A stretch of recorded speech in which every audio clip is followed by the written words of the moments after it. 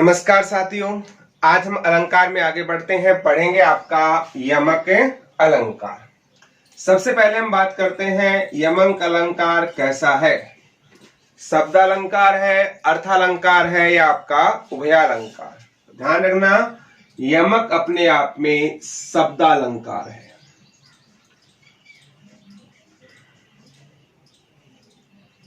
कैसा है? शब्दालंकार। यमक शब्द है, अपने आप में कैसा है? पुल्लिंग है या स्त्रीलिंग है। ध्यान रखना, यमक शब्द का अर्थ जो है वो क्या है? आपका पुल्लिंग शब्द है। यमक शब्द का अर्थ एक राजा के रूप में भी लिया जा सकता है। यमक के ही अगर हम एक शब्द होता है आपका युगल। युगल शब्द होता है, इसका मतलब इसमें भी क्या होता है? युगल का मतलब होता है आपका जोड़ा। तो यमक शब्द का अर्थ एक राजा भी होता है और यमक अलंकार में क्या आती है? शब्दों की आवर्ती होती है। शब्दों की या शब्द की आवर्ती होती है। इसमें शब्द की आवर्ती होती है और अर्थ क्या होते हैं? अनेक होते हैं। जब कोई शब्द रिपीटेशन होता है, बार बार आता है और उसका प्रत्येक बार अलग अलग अर्थ लिया जाता है। शब्द अलग अलग होता है, समान शब्द होता है, आवर्ती होती है। शब्दों की आवर्ती और अर्थ भी क्या होता है? अनेक। यानी जो शब्द होते हैं वो शब्द कैसे होते हैं? आपके अनेकार्थी शब्द होते हैं। इसमें किस प्रकार के शब्दों का प्रयोग किया जाता है? आपका अनेकार्थी शब्दों का प्रयोग किया जाता है। अनेकार्थी शब्द है वो रिपीट होते हैं। अनेकार्थी शब्द है वो क्या होते हैं? आपके रिपीट होते हैं और उसके अर्थ भी क्या रहते हैं? आपके अनेक रहते हैं। जहां शब्दों की आवर्ती हो और अर्थ आपका अनेक बार अलग अलग आए तो वो आपका यमक अलंकार होता है। देखो, एक होता है श्लेष अलंकार। श्लेष अलंकार में शब्द एक होता है, उसमें भी अनेकार्थी शब्द आते हैं, लेकिन शब्द एक बार ही आता है और प्रत्येक बार अर्थ क्या रहता है? अलग अलग। यहां अनेकार्थी शब्दों की क्या होती है? आवर्ती, जबकि श्लेष में इन शब्दों की आवर्ती नहीं होती। वहां शब्द एक होता है, अर्थ अनेक होता है। यहां समान शब्द है, वो बार बार आते हैं और बार बार उनका अर्थ क्या रहता है? आपका अलग अलग रहता है। अगर हम बात करते हैं यमक अलंकार है, इनके कितने भेद होते हैं? दो होते हैं। एक तो होता है आपका सभंग यमक और एक होता है आपका अभंग यमक। सभंग यमक और आपका अभंग यमक। सभंग किससे बनता है? स प्लस भंग से बनता है। अभंग शब्द बनता है आपका अ धन भंग से। अ उपसर्ग है, यहां आपका स। अगर जहां भंग सहित टुकड़े, भंग यानी तोड़ना, अगर आप शब्दों को तोड़कर अलग अलग अर्थ लेते हो तो यहां पर शब्द है, शब्द को तोड़कर अलग अलग अर्थ लिया जाता है। अ यानी नहीं, भंग यानी टुकड़े करना, तो शब्द बिना टुकड़ों के अर्थ क्या लिया जाता है? आपका अलग अलग लिया जाता है। अगर कोई शब्द है उसको हम तोड़कर अर्थ ले रहे हैं तब तो क्या होगा? सभंग यमक। और बिना तोड़े हुए ले रहे हैं तो क्या होगा? आपका अभंग यमक। इसका स्क्रीनशॉट लीजिए आप। सजना है मुझे सजना के लिए। सजना है मुझे सजना के लिए। अब बताओ, इसमें शब्दों की आवर्ती हो रही है या नहीं हो रही है? सजना और सजना दो बार आए, शब्द की आवर्ती हो रही है। सजना शब्द क्या है? अनेकार्थी शब्द। सजना का मतलब तैयार भी होता है और सजना का मतलब आपका प्रियतम भी होता है। अब देखो, सजना है, पहला सजना है, उसका मतलब होता है कि वो तैयार हो रही है मुझे सजना के लिए, और ये सजना किसका है? आपका प्रियतम या साजन के लिए यूज किया जाता है, पति के लिए। कि कोई महिला है वो अपने पति के लिए, प्रियतम के लिए क्या कर रही है? तैयार हो रही। तो यहां सजना शब्द है वो 2 बार क्या हुआ है? रिपीट हुआ है, आवर्ती हुई है, और प्रत्येक बार इसका अर्थ क्या है? अलग अलग है। ऐसा नहीं है कि कोई शब्द 2 बार ही रिपीट हो, 2 से अधिक बार भी रिपीट हो सकता है, लेकिन अर्थ क्या है? एक से अधिक प्रकार के निकलते हैं। जैसे गाना है, लाल दुपट्टा मलमल का, लाल दुपट्टा मलमल का, दिल मेरा मलमल गया,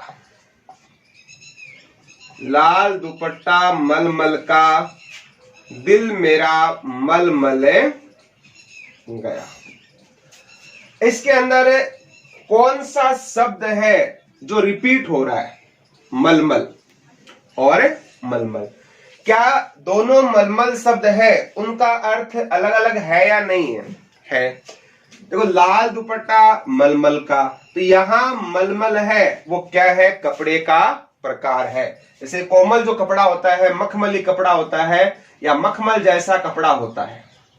तो यहां जो मलमल है वो मखमल रूपी वस्त्र के लिए आया कि लाल दुपट्टा कैसा है? मखमली। दिल मेरा मलमल गया, आगे वाला जो मलमल है वो वस्त्र के लिए है क्या? नहीं, दिल मेरा मलमल गया, कि लाल दुपट्टा देखकर दिल में क्या हो रहा है? पछतावा हो रहा है। तो यहाँ पर जो मलमल शब्द है इसका अर्थ क्या हो गया? पछतावा हो गया। यानी कई बार क्या होता है, आप किसी के दुपट्टे को देख के सोचते हो मेरे, है ना, आपको वो नहीं मिलता है, तो मन में क्या होता है? पछतावा होता है। जैसे बचपन से आप पढ़ते आ रहे हो, कनक कनकते सोगुणी, कनक कनकते सोगुणी, मादकता अधिकार, कनक कनकते सोगुणी, मादकता अधिकार, वा पाए बोराय जग, वा पाए बौराय जग, वा खाए बोराय। बोराय का मतलब होता है आपका पागल होना। देखो, कनक शब्द है 2 बार आया, कनक और कनक, बोराय और बोराय। अब देखो, कनक है, इसका मतलब सोना भी होता है और आपका दथुरा भी होता है। तो एक कनक का अर्थ होगा सोना और एक कनक का अर्थ होगा दथुरा। कनक कनक यानी व्यक्ति सोने को पाने से क्या हो जाता है? पागल हो जाता है, और दथुरे को खाने से क्या हो जाता है? पागल हो जाता है। तो कनक सनक शब्द है, समान शब्द है, शब्द की क्या हो रही है? आवर्ती हो रही है, और शब्द का अर्थ क्या निकल रहा है? अलग अलग। तो समान शब्द हो, उसकी आवर्ती हो, और अर्थ क्या निकले? आपका अलग अलग निकले। अब बताओ, यहां हमने शब्दों को तोड़कर अर्थ लिया या सब बिना तोड़े लिया? आपने कनक के टुकड़े किए क्या? नहीं किए। मलमल शब्द के टुकड़े किए? नहीं किए। तो जहां हम शब्द नहीं तोड़ते हैं और बिना तोड़े अर्थ निकालते हैं, तो वो कौन सा यमक होता है? आपका अभंग यमक होता है। तो सजना है मुझे सजना के लिए, लाल दुपट्टा मलमल का, कनक कनकते सोगुणी, किस में आते हैं? आपके अभंग यमक के अंदर आते हैं। जैसे पद से चले तो पद पाए, पद से चले तो पद पाए। अब बताओ, यहां किस शब्द की आवर्ती हो रही है? पद की। क्या इन दोनों पदों के अर्थ अलग अलग है या समान है? अलग अलग है। पद यानी कोई व्यक्ति किस से चलता है? पैर से चल रहा है, और पैर से चलने के बाद किसकी प्राप्ति होती है? हम कदम बढ़ाते हैं तो भी हमें क्या मिलता है, सम्मान मिलता है, ओहदा मिलता है या पद मिलता है। तो एक पद है उसका अर्थ तो होगा आपका पैर, और दूसरा पद है उसका अर्थ क्या होगा आपका ओहदा या स्थान। कर से कर करे, कर से कर करे। अब बताओ यहां भी कोई शब्द रिपीट हो रहा है या नहीं हो रहा है? हो रहा है। कर और आपका कर दोनों समान है, शब्दों की आवृत्ति हो रही है। क्या अर्थ अलग अलग है या नहीं? कर यानी होता है हाथ, और कर यानी कार्य। कोई व्यक्ति अपने हाथों से क्या कर रहा है? कार्य कर रहा है। तो कोई व्यक्ति हाथों से कार्य कर रहा है, दो बार कर शब्द की आवृत्ति आ रही है, अर्थ क्या है आपका अलग अलग। क्या आपने शब्दों को तोड़कर अर्थ लिया या पूर्ण शब्द का अर्थ लिया? तो हमने पूरे शब्द का ही क्या लिया है, अलग अलग। तो ये भी किस में आएगा आपका अभंग यमक में। इसका स्क्रीनशॉट लीजिए आप। जैसे काली गठा का घमंड गठा, काली घटा का घमंड गठा, इसके अंदर किस शब्द की आवृत्ति हो रही है? घटा और आपका घटा। अब बताओ, एक घटा होता है कम होना, काली घटा, यहां काली यानी काले, घटा यानी बादल। तो यहां पर जो घटा शब्द है उसका अर्थ तो क्या हुआ आपका बादल। का घमंड घटा, और घमंड घटने का मतलब होता है घमंड क्या हुआ आपका कम हुआ। तो काली घटा का घमंड घटा, तो यहां जो घटा शब्द है उसका अर्थ होता है बादल, और यहां जो घटा अर्थ है इसका अर्थ होता है आपका कम होना। ऐसे सारंग ले सारंग चली, सारंग ले सारंग चली, सारंग पूग्यो आय,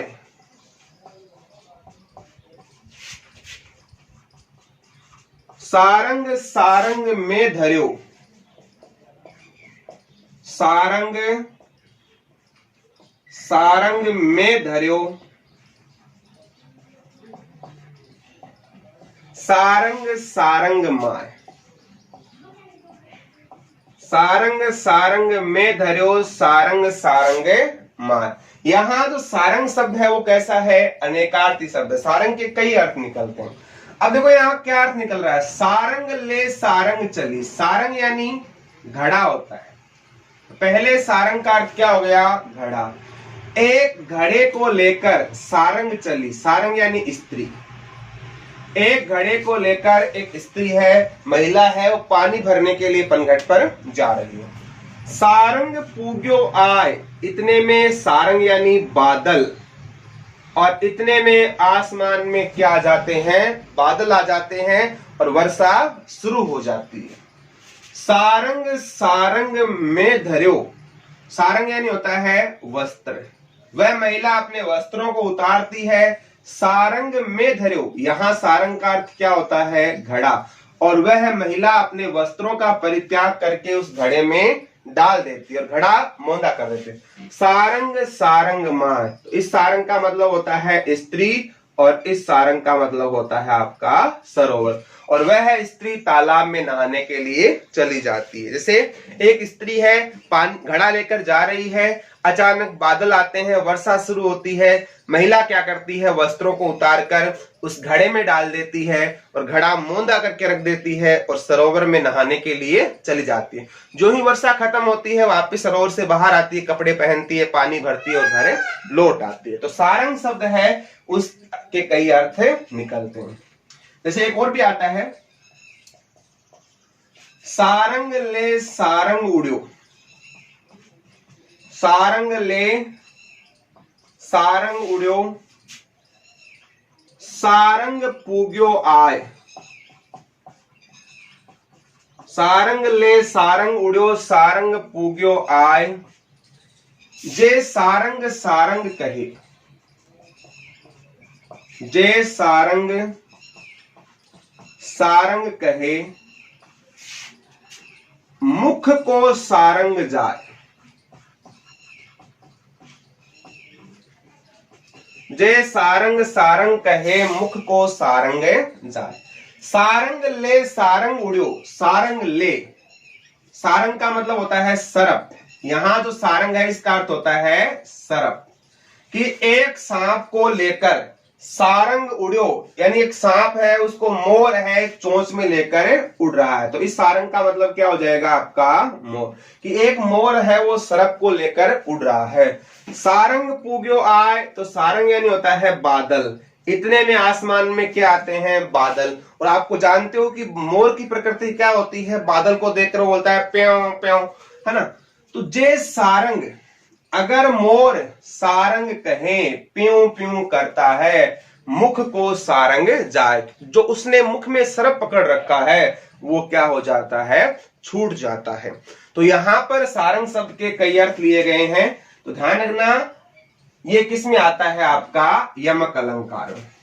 जैसे देख लो, दीपक ले दीपक चली, दीपक ले दीपक चली, कर दीपक की ओट, दीपक ले दीपक चली कर दीपक की ओट। जे दीपक दीपक नहीं, जे दीपक दीपक नहीं, दीपक करता चोट, जे दीपक दीपक नहीं, दीपक करता चोट। दीपक ले, दीपक यानी दीवा, एक स्त्री है वो एक दिए को लेकर जा रही है पति की लंबी आयु के लिए।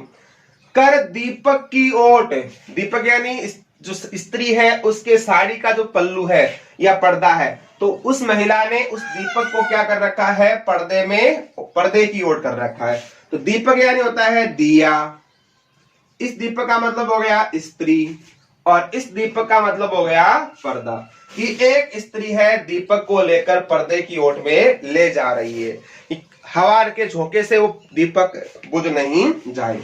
जे दीपक दीपक नहीं, अगर मान लो हवा के झोंके से दीपक नहीं, दीपक बुझ जाता है, दीपक करता चोट, तो बुझा हुआ जो दीपक है वो महिला के मन में अपशकुन की भावना भर देता है। तो दीपक के अर्थ कई अर्थ हैं, दिया है, स्त्री है, पर्दा है, बुझा हुआ दीपक है। तो एक ही शब्द के हम क्या लेते हैं, आपके कई अर्थ लेते हैं। तो जहां बताओ, यहां पर किसी भी शब्द को तोड़कर अर्थ लिया या संपूर्ण शब्द का लिया, तो यहां पर जो भी अर्थ लिया है वो पूरे पद का लिया है। तो यहां भी कौन सा यमक है आपका, अभंग यमक अलंकार है। कौन सा अलंकार है आपका, अभंग यमक अलंकार। इसका स्क्रीनशॉट लीजिए आप। तो पर वारो उर्वशी, सुन राधिके सुजान, सुन राधिके सुजान।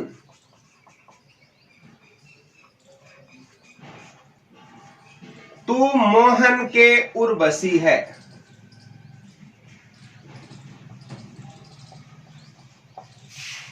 हवे उर्वशी समान, हवे उर्वशी समान।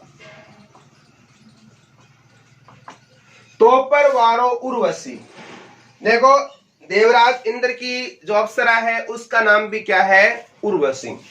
और अगर हम लेते हैं उर्वशी, उर यानी हृदय, वशी यानी बसने वाली, तो उर्वशी शब्द है उसके भी दो अर्थ निकलते हैं। देवलोक की जो अप्सरा, कि हे उर्वशी तुम पर मैं, तू मोहन के उर्वशी है, उर यानी हृदय में, बसी यानी बसना। किसके लिए कह रहा है कि हे राधा रानी तुम मोहन के हृदय में बसी हुई हो, और तुम किसके समान हो, उर्वशी यानी देवलोक के राजा जो इंद्र है उसकी अप्सरा उर्वशी के समान हो। तो यहां भी हमने उर्वशी के क्या लिए हैं, अलग अलग अर्थ लिए हैं।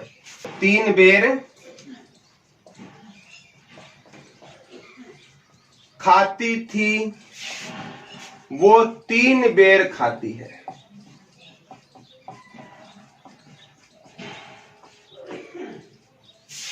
वो नग्न जड़ाती थी, वो नग्न जड़ाती है, नग्न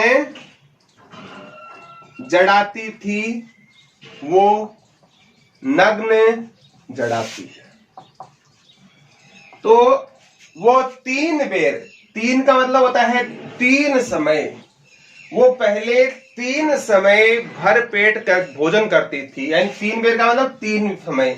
और वर्तमान में उसकी हालत इतनी देर हो गई है कि वो 3 बेर, बेर यानी झाड़ी का बेर होता है ना, 3 झाड़ियों को बेर खाकर ही अपना पेट भर रही है।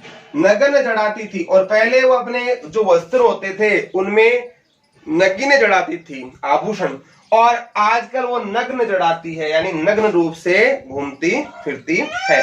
मतलब यहां पर जो शब्द है वो आपके शब्दों की आवर्ती हो रही है, अर्थ क्या ले रहे हैं आपका अलग अलग ले रहे हैं। तो इसका स्क्रीनशॉट लीजिए आप। ये जितने भी एग्जाम्पल है वो आपके थे अभंग यमक के। हमने बिना तोड़े शब्दों के क्या लिए हैं, अलग अलग अर्थ लिए हैं। अगला है आपका सभंग यमक। अब हम शब्दों के खंड करके अलग अलग अर्थ लेते हैं। जैसे नीबल के बलराम है, नीबल के बल राम है। अब बताओ इसमें नीबल, निबल यानी निर्बल, और यहां क्या है, बल। निबल में भी क्या है आपका बल, और यहां भी क्या है, बल। अब बताओ हमने यहां निबल में से क्या तोड़ा, बल। तो शब्द को हमने क्या किया है, तोड़कर लिया है। अब दोनों के अर्थ अलग अलग है या नहीं। तो पहला जो निबल है इसका अर्थ हो जाएगा आपका कमजोर, बिना बल के, निर्बल। और बल का मतलब होता है ताकत। तो दोनों में बल का अर्थ यहाँ क्या है, एक का कमजोर, एक का ताकत। हमने शब्द को तोड़कर क्या लिया है, अर्थ लिया है। तो जो कमजोर व्यक्ति होता है उसकी सहायता कौन करता है, ईश्वर करता है। कुमोदिनी मानस मोदिनी महा, कुमोदिनी मानस मोदिनी महा। अब देखो कुमोदिनी में क्या है, वैसे सही से होता था कुमुदिनी, यहां भी क्या है मोदिनी, और यहां भी क्या है मोदिनी। जो कुमुदिनी है, मोदिनी होता है वो क्या होता है कुमुदिनी, एक जल का पौधा होता है, जल पुष्प, उसको कहते हैं कुमुदिनी। और कुमुदिनी मानस मोदिनी, तो मोद यानी होता है प्रसन्नता। तो यहां पर जो मोदिनी शब्द है उसका अर्थ किससे लिया गया है, आपका प्रसन्नता से। तो हमने शब्दों के टुकड़े किए और क्या किए, अलग अलग अर्थ लिए। तो कौन सा हो गया आपका सभंग यमक। जैसे और देखते हैं, यो परदेसी की इज्जत, यो परदेसी की इज्जत पर्दे के हाथ बिकानी थी। यो परदेसी की इज्जत पर्दे के हाथ बिकानी थी। यहां देखो परदेसी, परदेसी में क्या है पर्दे, और यहां भी क्या है पर्दे। हमने शब्दों को तोड़कर अलग लिया, परदेसी की इज्जत पर्दे के हाथ बिकानी थी। तो इस परदेसी का मतलब दूसरे देश से आया। और ये पर्दा क्या होता है, जैसे आप किसी को ढकने के लिए क्या लगाते हो, पर्दा। तो इस पर्दे का मतलब तो हो गया आवरण, पर्दा, और इसका मतलब हो गया बाहर से आना वाला व्यक्ति। तो यहां हमने तोड़कर क्या लिए हैं, अलग अलग अर्थ लिए। मचलते चलते हो तुम वृथा, मचलते चलते हो तुम वृथा। अब देखो यहां पर मचलते, इसमें क्या है चलते, और आगे आपने तोड़कर क्या लिख दिया, चलते। मचलने में से चलते लिख दिया, मतलब दोनों में शब्द है वो क्या है, समान है। अब बताओ यहां टुकड़े करने पर अर्थ अलग अलग हुआ या नहीं हुआ, हुआ। मचलते, आप किसी चीज के लिए मचल रहे हो यानी लालायित हो रहे हो, और चलते यानी चलते चलते यानी चलना। तो यहां इस चलते का मतलब होता है चलना, और यहां मचलने का मतलब होता है आपका लालायित होना। जैसे एग्जांपल ले लिया, उर्मिला से उर्मिला, उर्मिला से उर्मिला। देखो इसकी ध्वनि उर्मिला और उर्मिला समान सी आ रही है। उर्मिला किसी का नाम हो सकता है, उर यानी हृदय, मिला यानी मिलना, कि उर्मिला से है आपका क्या मिल गया, उर्मिला। तो यहां शब्द है वो एक रूप में है, यहां आपने इसको टुकड़ों में लिया है। उर्मिला किसी का नाम है और यहां उर्मिला, किसी के कहते हैं उर्मिला, उर यानी हृदय, मिला यानी मिलना, यानी प्रेम होना। तो जब हम शब्दों को तोड़कर, अगर आप शब्द को तोड़कर अलग अलग अर्थ निकालते हो, शब्द को तोड़कर क्या निकलता है, अलग अलग अर्थ निकलता है, वहां आपका सभंग यमक अलंकार होता है। और जब बिना तोड़े निकालते हैं तो आपका अभंग अलंकार होता है। और इसमें शब्दों की आवर्ती होती है, आवर्ती 2 बार भी हो सकती है, 3 बार भी हो सकती है और ज्यादा बार भी हो सकती है, लेकिन आपका शब्द का अर्थ है वो क्या रहता है, अलग अलग रहता है। तो ये आपका यमक अलंकार।